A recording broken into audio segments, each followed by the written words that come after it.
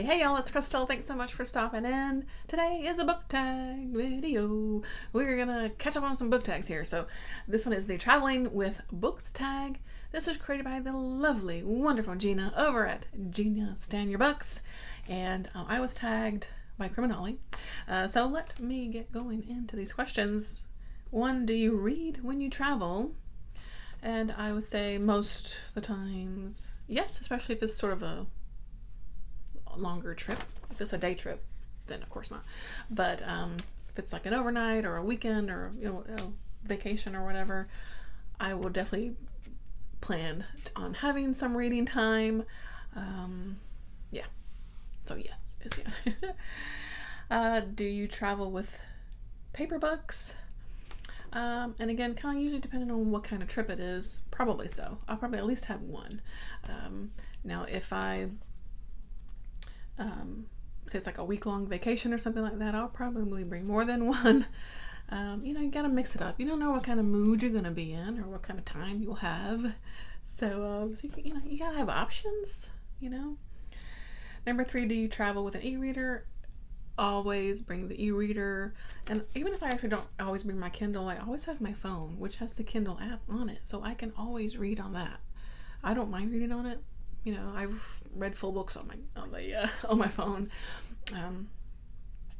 It's not my most preferred way, but if I find myself with like a half an hour, I don't mind reading something on my the Kindle app on the phone. That's where I was going with. But yeah, I do also bring the e-reader, especially if it's a longer trip. Again, options. My Kindle's full of books, so. You don't want to be without a book. So number 4, how many books do you pack when you travel? Again, depending on the stay. So if it's like a weekend, I might just bring one book and maybe my Kindle, like my current read and my Kindle, just in case. If it's a longer trip, I usually will maybe bring a couple of books and my e-reader. Again, just look at the options. You gotta make sure that you can read what you're in the mood for, right? And there's, of course, audiobooks, so which I listen to on my phone through Audible, Scribd, Libby. I got all the things, so